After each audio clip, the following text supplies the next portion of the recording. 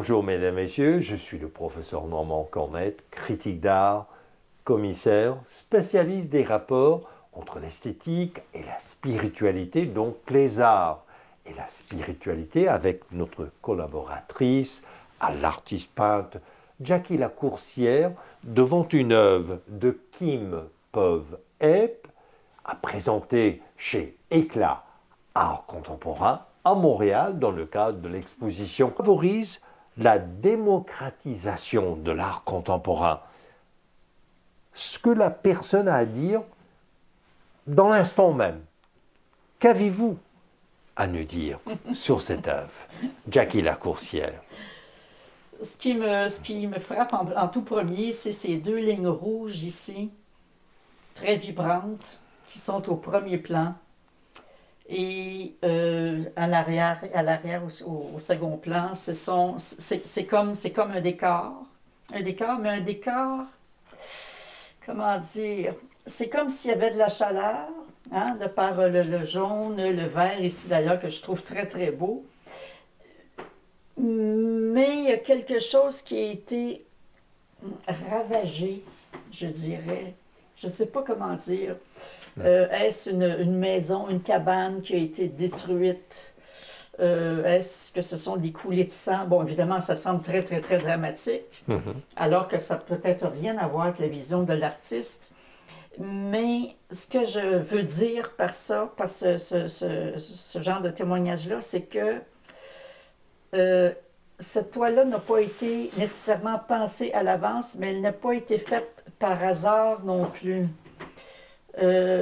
L'artiste a vraiment, vraiment voulu dire quelque chose, parce qu'ici, par exemple, il y a encore de la texture, comme on peut voir. C'est comme un rectangle. Donc, ça veut dire quelque chose pour l'artiste. Ça, c'est sûr que c'est pas par hasard.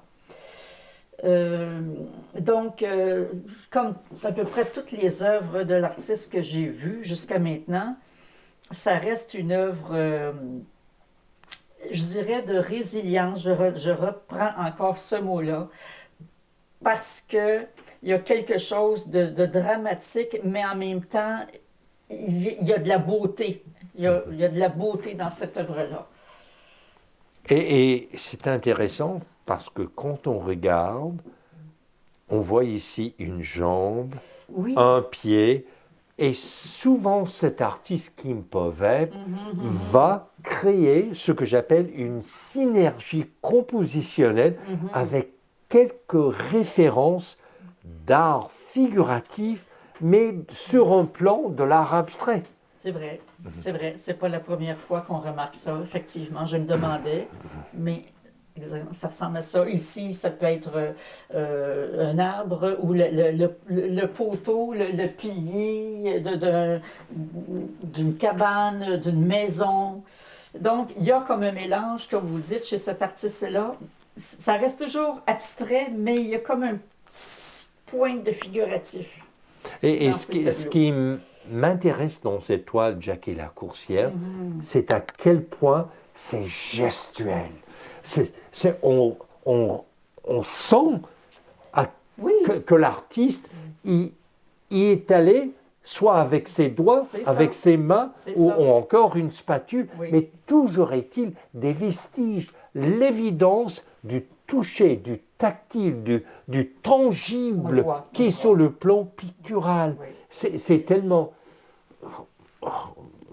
On ne peut presque pas s'empêcher de le toucher. Oui, c'est ça. Oui, effectivement, c'est ça. Ici, là, il y a des stries, effectivement. Et c'est ce qui me fait penser que justement, l'artiste a du vécu. On peut le voir dans cette toile-là. Je pense que quand une personne a vécu quelque chose, ça peut être quelque chose de très douloureux, mais pas toujours nécessairement quelque chose d'intense, de très, très, très beau également, mais qui l'a frappé, qui l'a imprégné. Alors, elle le transmet, elle le jette sur ses toiles. Et c'est ce qu'on voit ici. Et comment s'est-elle prise? Mais je dirais dans un premier temps, regardons les couleurs. Il s'agit surtout des couleurs primaires. Oui. Donc, de plus, il y a chez elle, dans cette œuvre, il y a une dialectique, il y a un conflit, il y a une tension dynamique, on le voit très bien à la verticale, à l'horizontale. Oui. C'est comme chaotique, c'est turbulent. C'est un champ de bataille. Oui, oui, c'est un champ de bataille.